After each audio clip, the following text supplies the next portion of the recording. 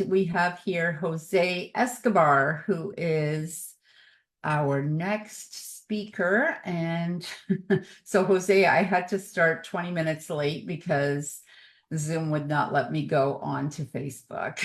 No worries, but I just wanted to quickly say hi, Karen. Great to see you. Right. So Good to see you too. we finally caught up now because this was the one place we could actually fully catch up. So Jose is a key person here because a lot of the people that you have heard speak today, I found in his group. So I'm first going to just introduce you. Thank you so much for coming to join us, Jose. And I'm just going to read his biography. Jose Escobar is an award-winning, nationally recognized personal development speaker, and I'm not really sure, maybe 15 or 16-time published author by now. He's a sales professional, a husband and a father of five and soon to be 6 children. So I need to update this.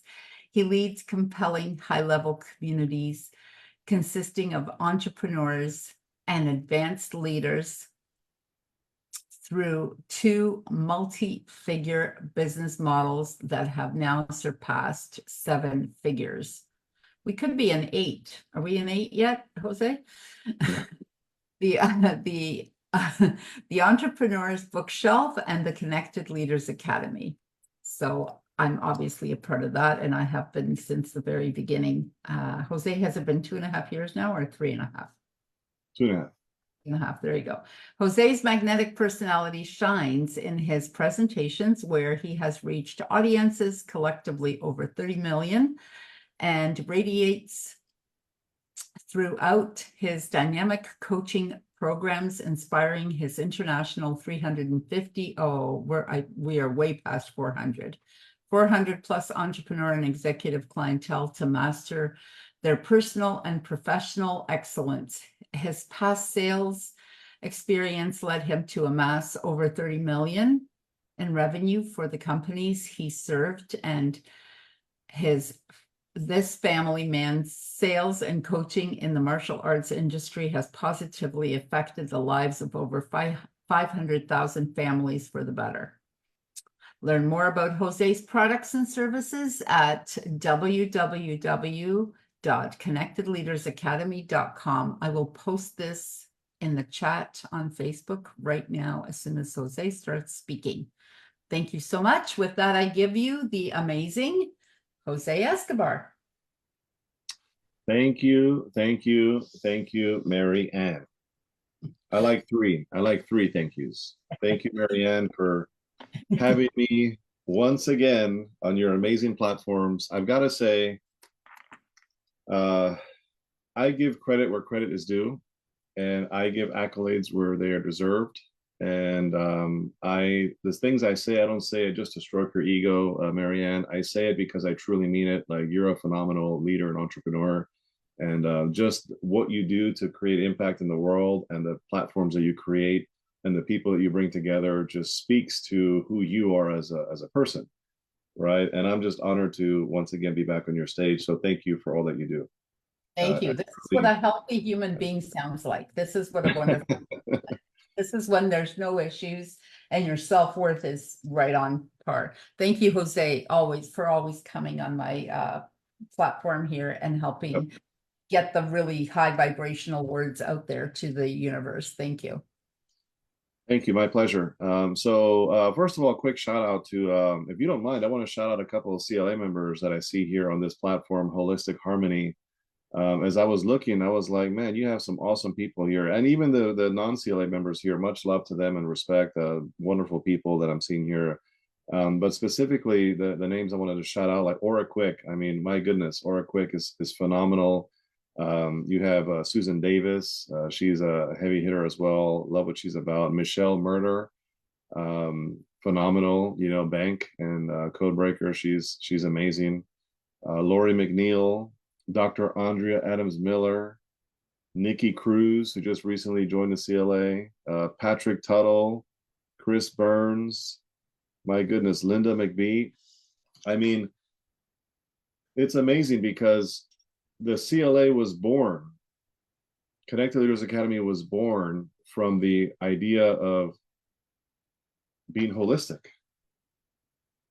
right? And as I was looking, I looked up the definition. It was born from the holistic approach, and it was born out of harmony, right? So a holistic harmony. I was like, oh, this is kind of like what speaks to the Connected Leaders Academy.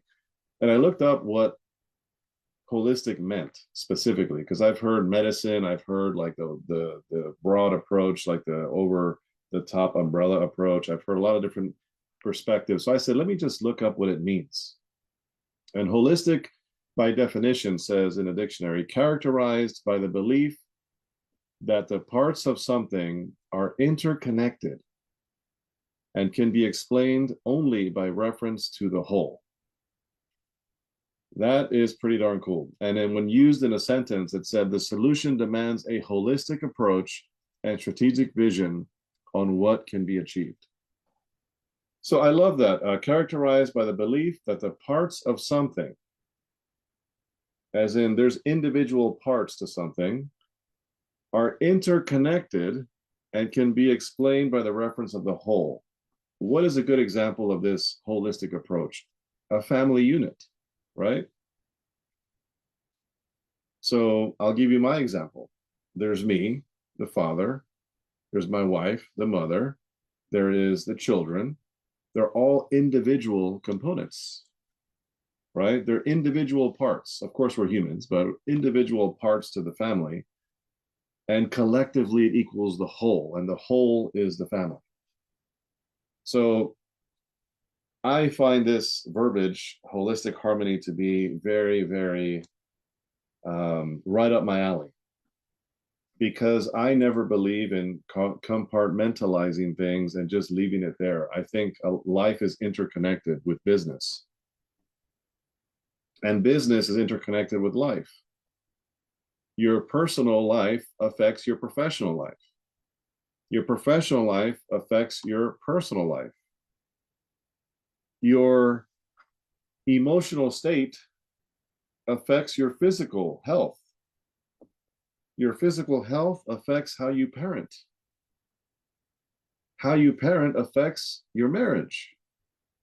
Your marriage affects how you show up at your job or your business. How you show up in your job and in your business affects your finances. Your finances, if they're in shambles, can affect your spiritual life. I mean, I can keep going. These are all interconnected, separate parts that are all intertwined to equal the whole. And the whole is having a pulse, being alive, and being a human. So I hope you guys are following where I'm going with this. I'm about to get into it. I'm just kind of prefacing what I wanted to say about the word holistic. And my goodness, this is a good Gatorade right now. Really good Gatorade. They're not paying me, so I'll stop talking about them. All right, so so I'll talk. We gotta get them to pay you. We gotta get Yeah. them to pay you. That's yeah. Yeah, let's not do too much free advertisement, right? So anyway, going to my topic today, what I want to talk about. I want to talk about the topic, and the topic is the topic of today's global virtual summit here is holistic harmony, right? So I believe that in life and in business, we have to approach it holistically. I 100% believe in that, because it's very easy to have bad habits in our life that we sweep under the rug and pretend it doesn't exist. And we hope that nobody catches us with these habits. We hope nobody sees these habits. We hope nobody calls us out on these habits. And we just kind of keep doing it, and we just kind of sweep it under the rug. And we hope that that pile of junk under the rug will disappear. Can I tell you something? The junk, the trash, all of that stuff you sweep under the rug is still there. It didn't go away. It's still there. So it's important for us to, first of all, be self-aware. Self-awareness is huge. We have to be self-aware and ask ourselves, are we approaching life and business holistically? Are we paying attention to all of the different moving parts that are required of us in order to become successful? And success in life and in business is not just money. It's not just having a wonderful family. It's not just being healthy. It's not just having a great relationship with your creator, whatever that is to you. For me, it's God. It is not just being smart intellectually, having a master's or doctorate and saying you're brilliant. No, those are just one of the moving parts to success. Success is holistic. Success means you're firing on all cylinders. So my question to all of you that are watching live and those of you that are catching the replay is, are you looking at life through the lens of I need to be hitting all of these different buckets? And I'm going to go into these buckets one by one, and there are 10. So if you're taking notes, write them down. There are 10 areas of your life. There's a lot of different approaches to what people say. Oh, there's only 5 areas of your life you got to focus on. There's only 4. Robin Sharma, for example, I'm a huge fan of the 5 a.m. club. He says there's the heart set, the soul set, the mindset, and the physical set, right? So your health, your spiritual life, your mind, and your heart, your emotional state, right? So he breaks it down into 4. But in my opinion, those 4 have subcategories of each one that are still interconnected there. So, and I've heard 12, I've heard 8, I've heard 7, I've even heard 9. I've heard that there's a lot of different areas, but I like 10. I like 10 areas of your life that are interconnected. And if you've ever read a phenomenal book called Your Best Year Ever by Michael Hyatt, I encourage you to check it out. Your Best Year Ever by Michael Hyatt. There's an old version that was, I think, back in 2019, something like that. And then there's a new expanded, revised edition that just came out maybe like 6 or 7 months ago, which I recommend you get the revised, updated version. But he breaks it down into a circle of being, a circle of relating, and a circle of doing. Right? So being, relating, and doing. And each one of those 3 buckets has a certain amount of different aspects of your life that you got to focus on. So I'm going to start with the circle of being. And the circle of being is how you show up in the world in terms of your self, your body, you as a person, right? So the first one is your spiritual life. Now, as you're listening to what I'm saying, I would love for you to ask yourself the question, because this isn't just a matter of listening to what I'm saying and analyzing it and saying, oh, that's interesting. Oh, nice thought. That's cool. I am calling all of you that are here live and watching the replay. I am calling you. I am looking to inspire you to take some self-reflection, some inventory, and ask yourself the questions. And sometimes it's a hard question. How am I doing in this category? How am I showing up here? If you had to rate yourself 1 to 10, 10 being the best and 1 being just completely non-existent, meaning I don't do anything in this space, right? Then ask yourself, am I a 5? Am I very average in this category? Am I below average, closer to a 2 or 3? Needs a lot of help? Am I doing really well, 7 or 8? Am I phenomenal? Am I a 9 or a 10? Now, there's a fine line between being too hard on yourself, where you can't say I'm a 10 in this category or I'm not a 9. You're just way too hard. You are your own worst critic, right? There's a fine line between that and giving yourself credit you don't deserve, to where you're lying to yourself, right? The 11th commandment is thou shalt not fool thyself, right? So you're lying to yourself. You're giving yourself way more credit than you deserve. So there's a fine line between both. You don't want to be too hard on yourself, and you don't want to give yourself more credit than you deserve. You want to be real. Okay, can I just say that? Real, REAL. You want to be real. You want to be authentic. You want to be transparent with yourself and just be real and say, where am I in this category, 1 to 10? 10 being the best, absolutely amazing. 1 being terrible. I'm doing nothing in this category, right? There is no right or wrong. This is designed for you to say, okay, I need to work on this because holistic harmony is a real thing.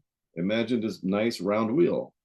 If it has these spokes in it that are like off, the wheel won't spin. So the wheel has to spin. It has to be able to travel. It has to be able to move without like all the bumps and all that kind of stuff. So ideally, you want to have 10 across the board. Does that really exist for anybody? Can I tell you something? No, it doesn't. But we strive to be our best in every category. And I would say a person is a successful person if they're averaging a 7 across the board. Because again, holistic, you got to look at all categories. You cannot just look at, I'll give you an example. You have the orthopedic surgeon. Let's just say this doctor, I'm just going to throw a random John Doe, Dr. John Doe, for example. Dr. John Doe has a doctorate degree, intellectually very smart, right? Master's degree, all that stuff, doctorate degree as well, very smart intellectually. Makes really good money, financially doing really, really well. Drives a Ferrari and has a beautiful vehicle, has a massive mansion, and has a couple like a lake house and maybe a condo on the beach. Doing really well financially, no debt, debt free.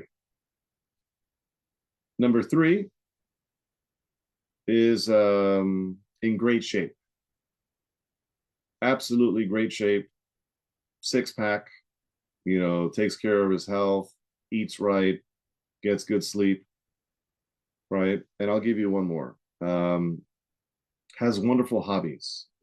The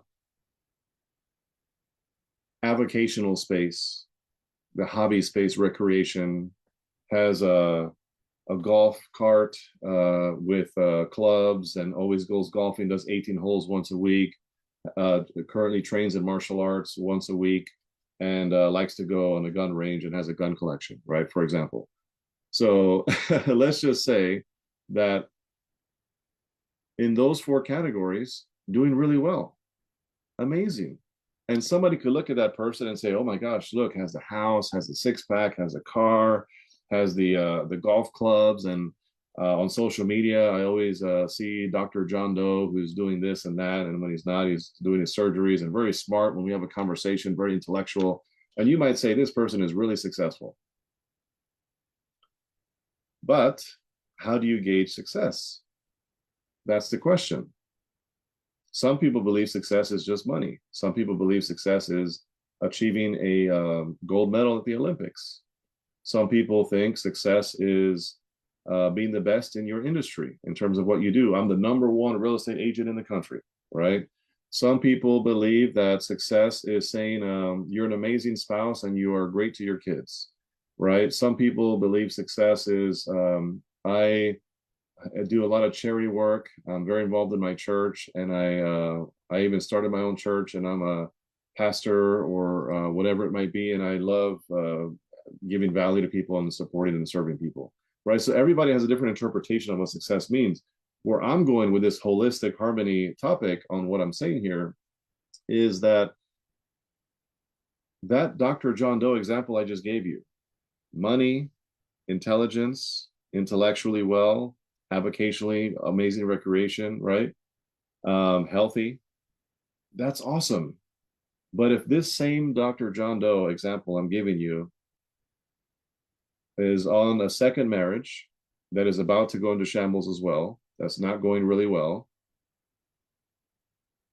and has fidelity challenges, for example, and is not there for his kids, not involved in the kids' lives. They feel like they don't have enough of dad time, and he doesn't really care because he's so involved with his business and in his world. And he has no spiritual life whatsoever. is a believer in God, but never goes to church, doesn't read any scripture, doesn't pray, just kind of is like, well, I believe and all that, but I'm not really doing what I know I need to do, and that kind of a thing. And then let's just say has some emotional challenges where one week he's happy, another week he's miserable and depressed, another week he's happy. So is that really success? Does it really mean that this person is successful in life? That's a question for you to interpret. I would interpret that as probably not. Because I believe that success is holistic. I believe that success is striving to be your best and being above average in every category of your life. That is success to me. Now that I've prefaced all of this, what are the 10 categories? Some of you are probably wondering, what are these 10 categories I should be focused on?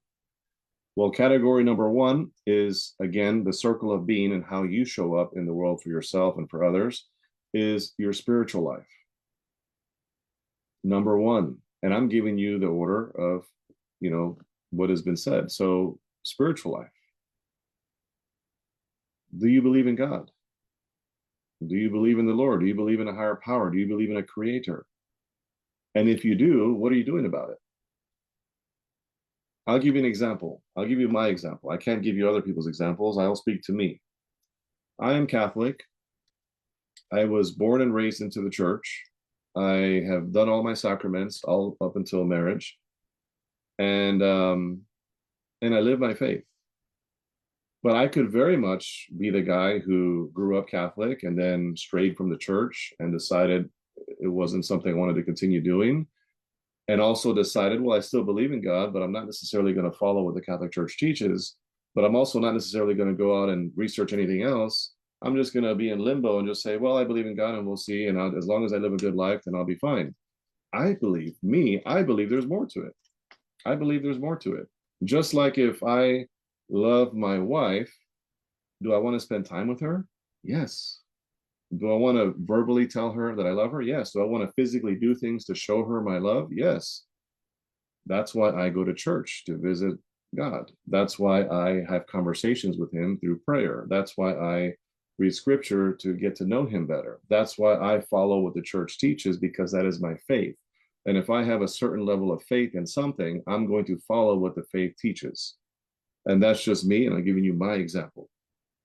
So some people out there believe, but they don't behave in alignment with what they believe. And some people believe, but they know they should be doing more, but they choose not to do more. Because we're busy. Because it's not a priority. Because sometimes we're lazy. Because I'd rather be watching football, or I'd rather be watching Netflix, or I'd rather be socializing with some friends. I'd rather be reading a book in my backyard with coffee, or whatever it is. I'll get to it when I can, right? So that is one category out of 10, your spiritual life. Where is your spiritual life on a scale of 1 to 10? Ask yourself that question, write it down, and ask yourself, now that I know where I am, if I am content with that number, then awesome. Good on you. Congratulations. You're doing well in your spiritual life. If you're real with yourself and you have a good number, that's amazing. If you're real with yourself and you're like, I need to do some work here, well, this is the wake-up call that you're looking for. That's what I'm here to do today, is to give you a wake-up call to say, go work on your spiritual life today, not tomorrow, today. It's that important, because the way I see life and what my faith says is that this is just a rehearsal, and the afterlife is eternity. So that's where I'm at with it. Category number 1, ask yourself where you are. Category number 2 in the circle of being is your intellectual state. Where are you with your mindset, with your intellect? Are you stimulating your mind? Are you reading books to get smarter, to think bigger? Are you having intellectual conversations with people that will stir your thoughts and make you think bigger?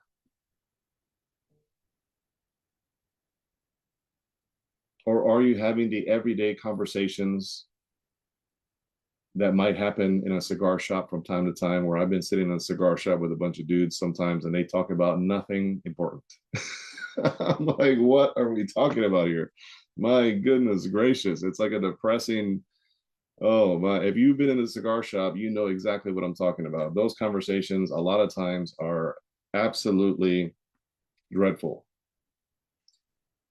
But ask yourself, are you challenging yourself to create stimulating, highly intellectual conversations? Are you surrounding yourself with intellectual people that will create those powerful conversations? Do you have coaches and mentors that stretch you to think bigger? Are you doing courses and programs? Are you listening to podcasts?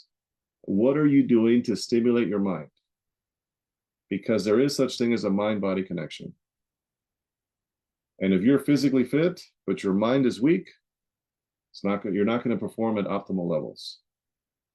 You're not going to perform at your optimal peak performance level, because the mind is directly correlated to the body, and so on and so forth, right? So you got to stimulate your mind intellectually. So ask yourself, am I growing as a person? Personal development, personal growth. Am I stimulating my mind? Am I learning a new language? Am I learning a new instrument? Am I trying to brush my teeth with my left hand from time to time instead of always using the right hand to change the way the muscles in your brain, right? If I always take a shower and I'm always like leaning this way, maybe next time I'll be doing this way, right? Make your brain think differently. If I always get out of my bed on the left side, maybe I should get out on the right side. You know, find ways to stimulate your brain and to challenge your brain. Because when you stop challenging your brain starts to decay.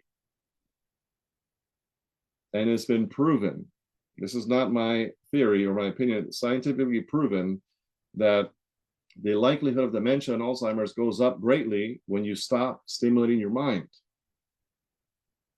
So ask yourself, are you reading books? Am I seeking knowledge? Am I looking to improve? Am I challenging myself mentally? And rate yourself 1 to 10. And if your number is high, good on you, congratulations. And if the number is not, this is not me coming down on you like this. This is me telling you, this is your wake-up call. It's time to do something about it. And trust me, we're all on this journey together. I am not coming from the pulpit. I'm not acting like I've arrived. I too am challenged to work on all these categories because it is a daily thing. I don't care how much of a habit it is in your life, it's still a daily challenge to perform at a 7 or higher in all 10 categories. Number 3 in the circle of being is your emotional state.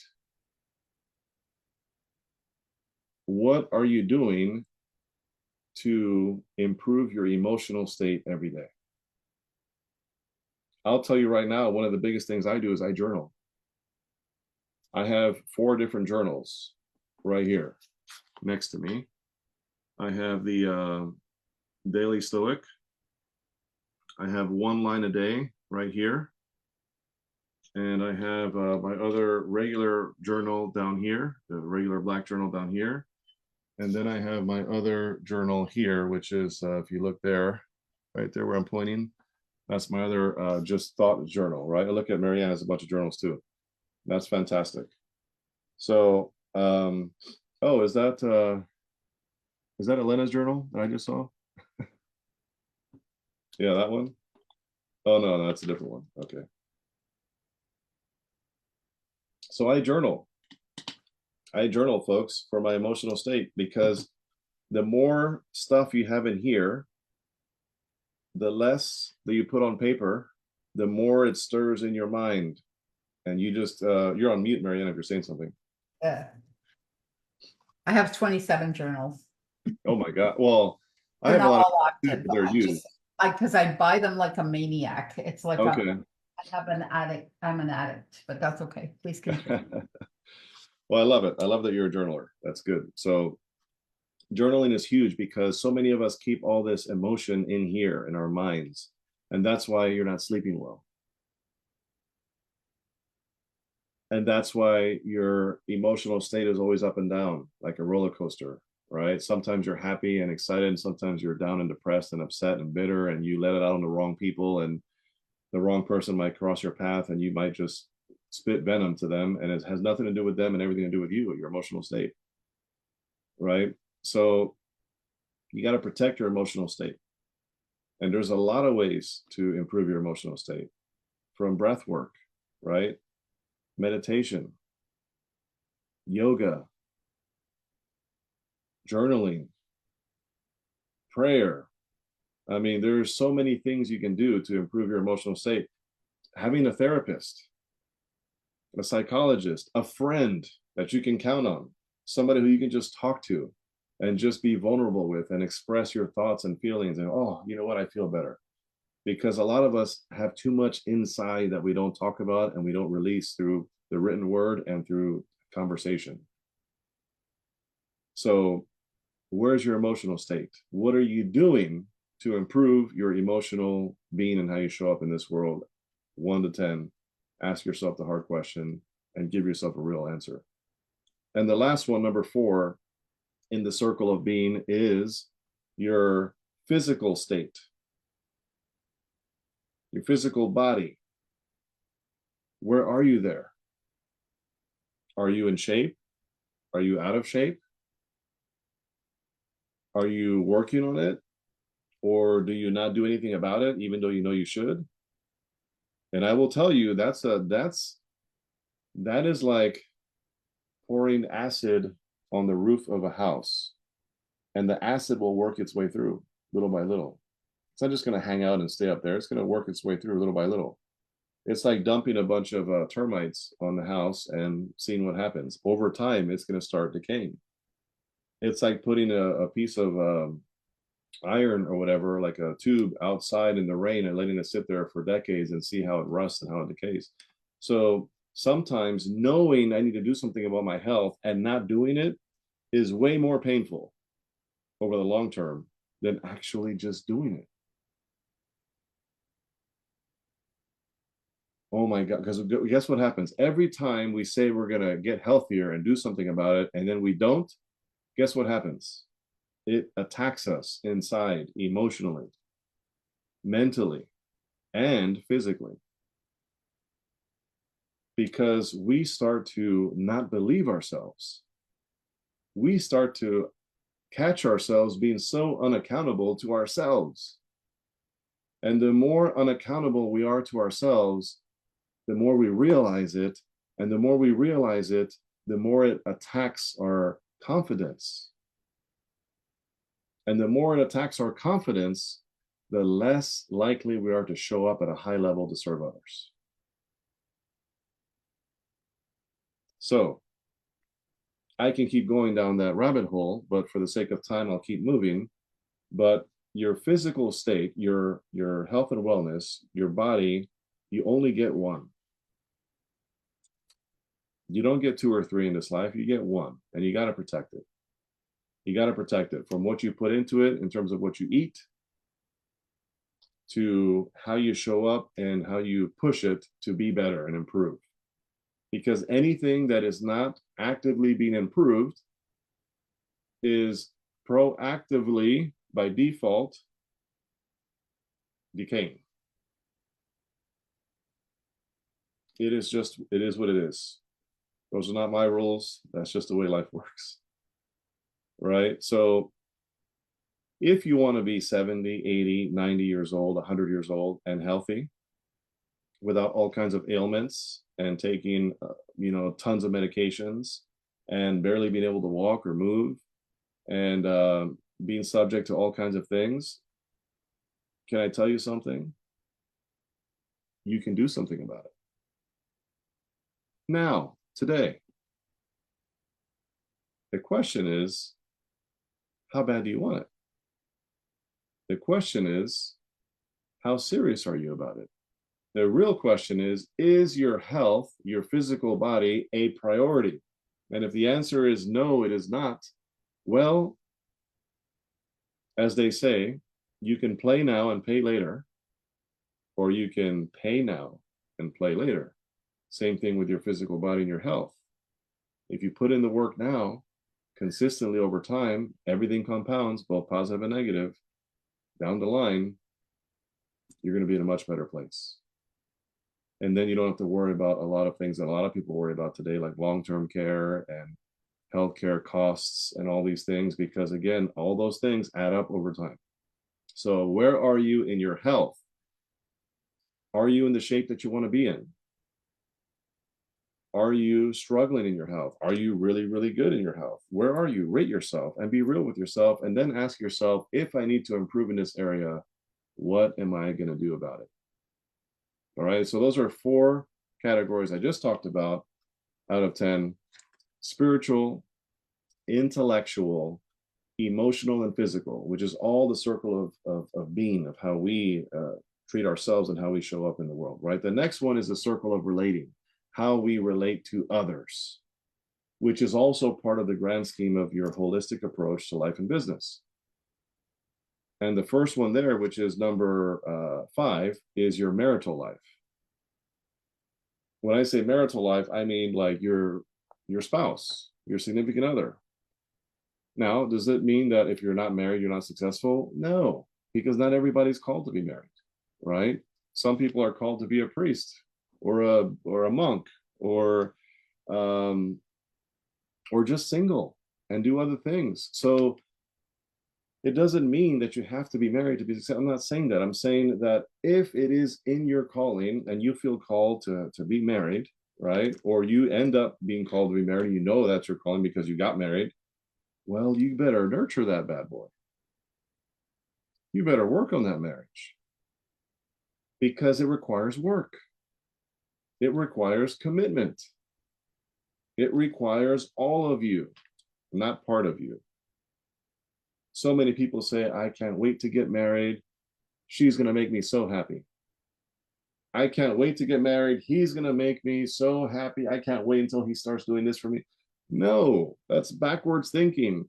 I can't wait to be married so I can pour all of me into her to make her the best version of her. I can't wait to be married so I can support my husband and give him the best of what he deserves and make him the best possible man he can be.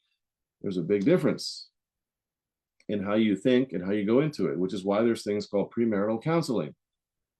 Because a lot of people don't talk about the important stuff. They get blinded by the, ooh, you're attractive and you're attractive and we like each other and we should jump and get married and have kids. And we just, but they never talk about finances. They never talk about how many kids they want. They never talk about their faith.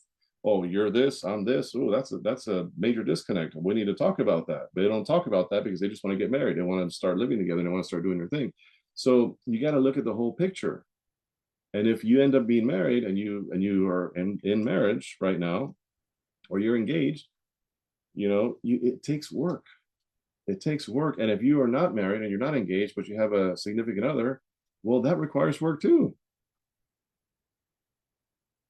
So, and if you're none of these and you're single, but you aspire to want to be in a relationship, that requires work too, right? Because you have to be the best you in order to attract what you want. But it's amazing how people say, well, I want this, I want that, I want this in my potential future spouse, I want this, they better have that, I won't settle for anything less than this and this, and they have this long list of things. But they bring half of that to the table. So we gotta, I'm not trying to preach today, but you get what I'm saying. So it requires work. It requires work. Marriage requires you to look out for your spouse, to do everything you need to do to be the other half. And marriage is 100-100. It's not 50-50. Okay, so if you are married, you are in a engaged, or you're in a serious relationship, Where are you in that 1 to 10? Give yourself a real answer. And if you're not where you want to be, do the work. Do the work. There's so much you can do to improve your marriage or your relationship. I know because I do it. I have this right here because we just had our marriage meeting. So marriage meetings, I have marriage meetings with my wife once a week. We connect all the time. Is it perfect? No. Will it ever be perfect? No.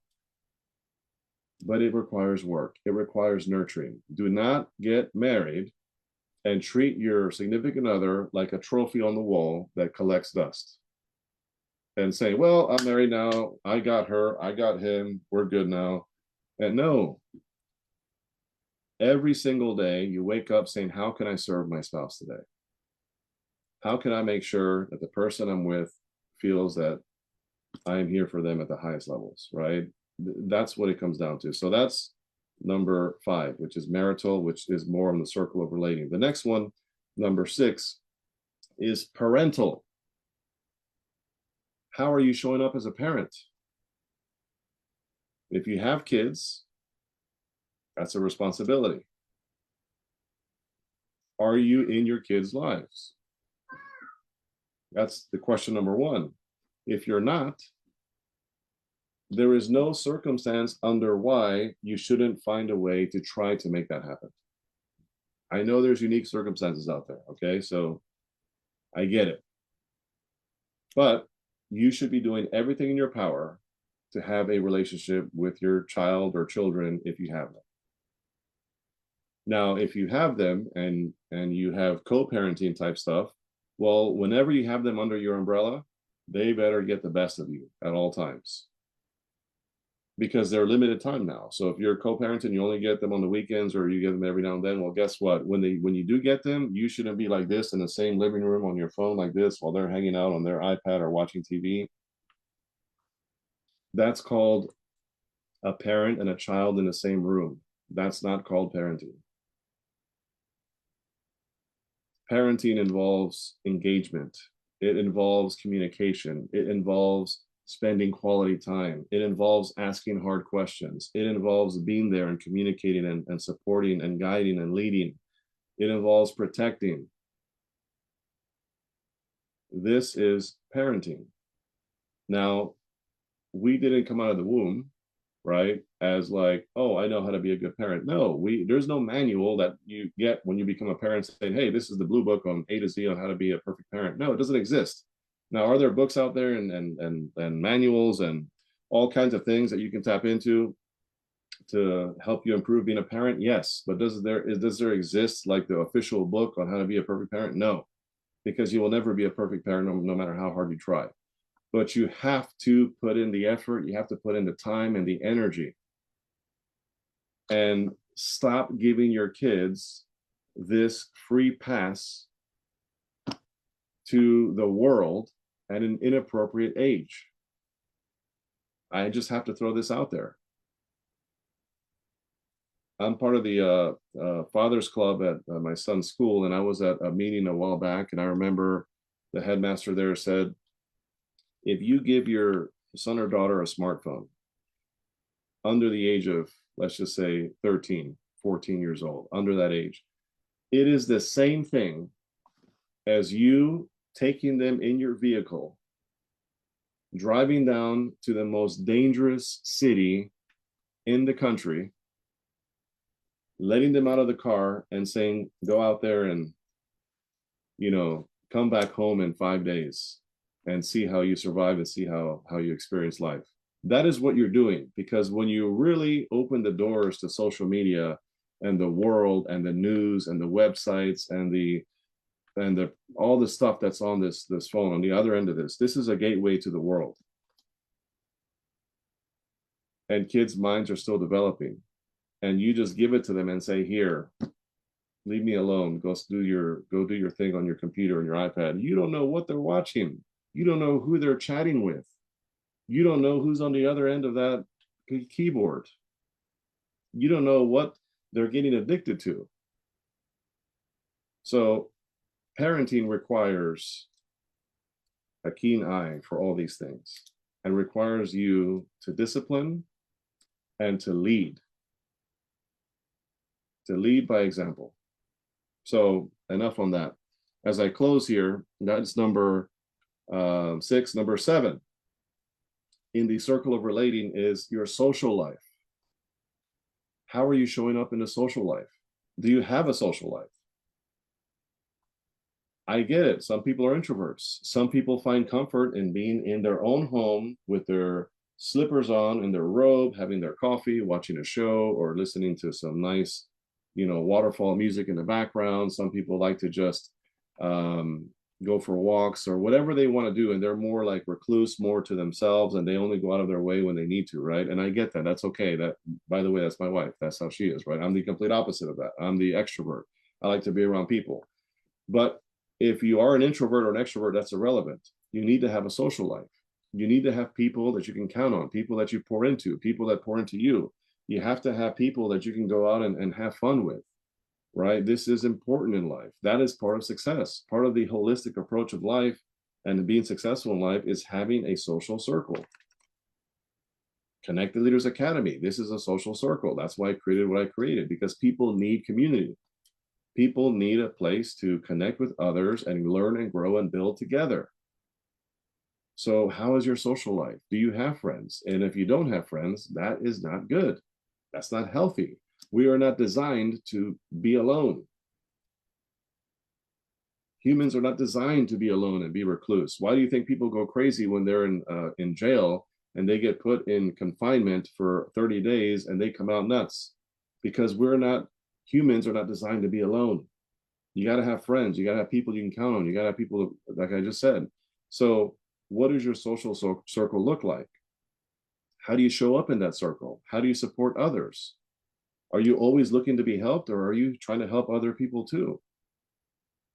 Right? Are you kind? Are you friendly? Are you the kind of person that's in a, what is this called, in an elevator, and somebody walks in the elevator and you say hi to them and they say hi to you and you smile? Or somebody is in an elevator and nobody says a word to each other and you're both staring at the numbers like this, and you're praying, you're like, oh my gosh, can this move any faster so I don't have to say anything to this person next to me? Like, and then sometimes you're in the cash register and you're checking out at Safeway or Costco and you're sitting there and the cashier doesn't say hi to you and you don't say hi to them and you guys are just not making eye contact whatsoever. Like this kind of stuff happens all the time. So we have to have a sense of our social life. We have to have a sense of how we show up in the world for other people and how we relate to others. Again, in our marriage, with our kids, and with our social life, with our friends, right, is important. So, and as I know I have a few more minutes here, and then I'm done. Spiritual life, intellectual, emotional, physical, marital, parental, right? Social. These are 7 areas of our life that we should be focused on. Where are you in those categories? Rate yourself 1 to 10, 10 being the best, 1 being the worst, and ask yourself the hard questions and be real and authentic and say, how am I showing up here? And what do I need to do to improve and be better? Right? And the last 3, and I'm going to speed through this in like 3 minutes, is vocational. Vocational is number 8. In your business, in your profession, in your career, not everybody's called to be an entrepreneur. So it's okay if you just have a job. It's okay. Doctors, a lot of them just have a job. They're not necessarily entrepreneurs. It's okay. There's nothing wrong with that. The challenge comes into play is, how are you showing up in that space? Are you giving it your all? Are you setting goals and hitting goals? Are you disciplined? Are you showing up and serving your clients at the highest level? You got to ask yourself where you are in that category of your career and your business. So many people out there are spinning their wheels because they lack discipline, because they lack consistency, because they lack hard work. Are you working hard?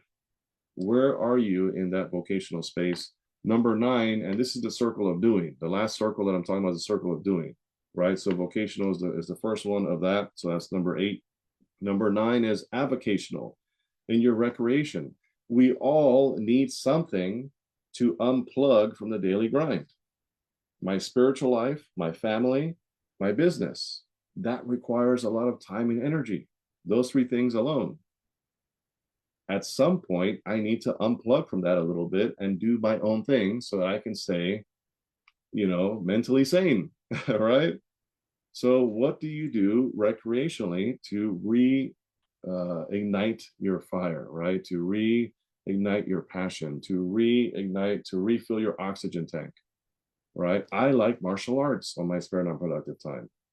I enjoy reading books. I enjoy a nice cigar and a craft beer. That's me. What do you do? You'd have to have something. Hobbies, recreation, that's a real thing. It's important. Nothing wrong with that. It's only wrong when you flip it and your spiritual life and your family and your business is at the bottom and your fun and recreation is at the top. That's when it's a problem. Right. And then you have number 10, the last one, and that's your financial statement or your financial state, right? Where are you financially in life? Right? There's a 1 and there's a 10. And as I said before, and I'll say it again, a 10 across the board in every single life domain does not exist. You want to strive to be a 6 or a 7 across the board.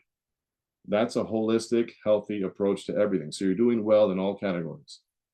Not necessarily great. You're doing great in some, but you're doing well across all of them, above average in all of them. But every now and then, you're going to have some categories that start to do this if you're not careful. And then you get a rug and you do this and you kind of sweep it under the rug and hope that it disappears and hopes it goes away. And can I say it again? It does not go away.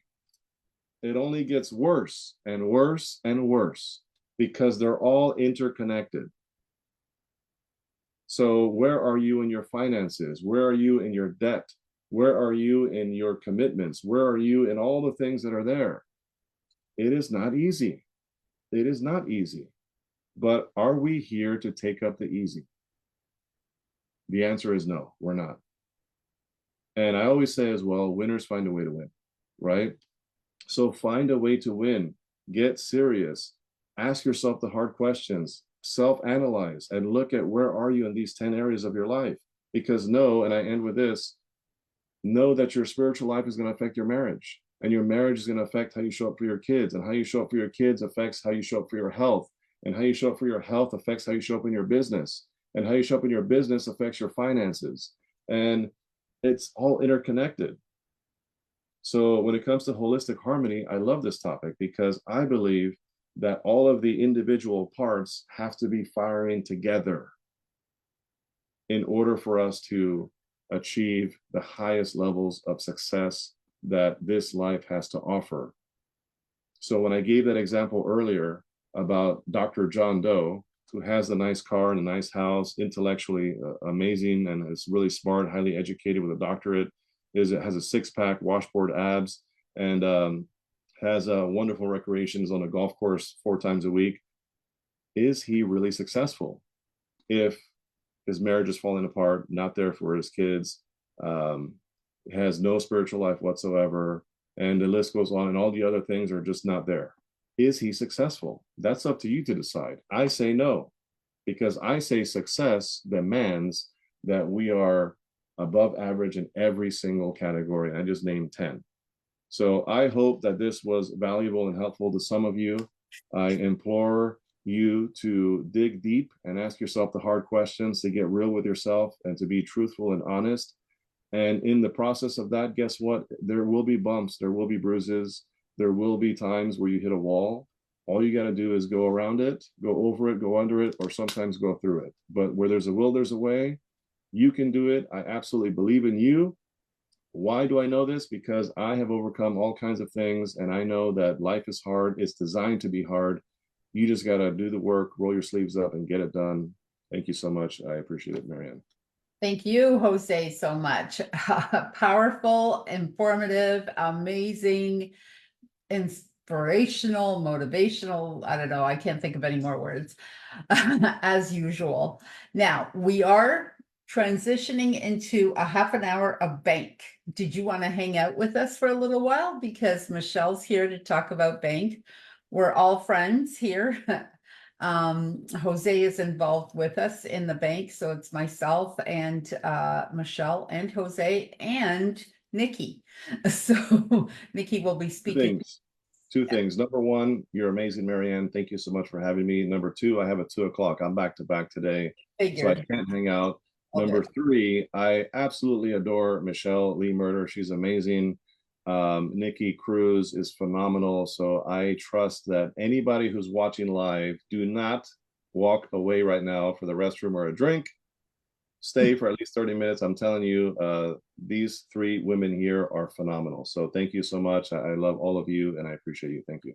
Thank you so much, Jose. We love you. I speak, I'm sure, for all of us. Thank you.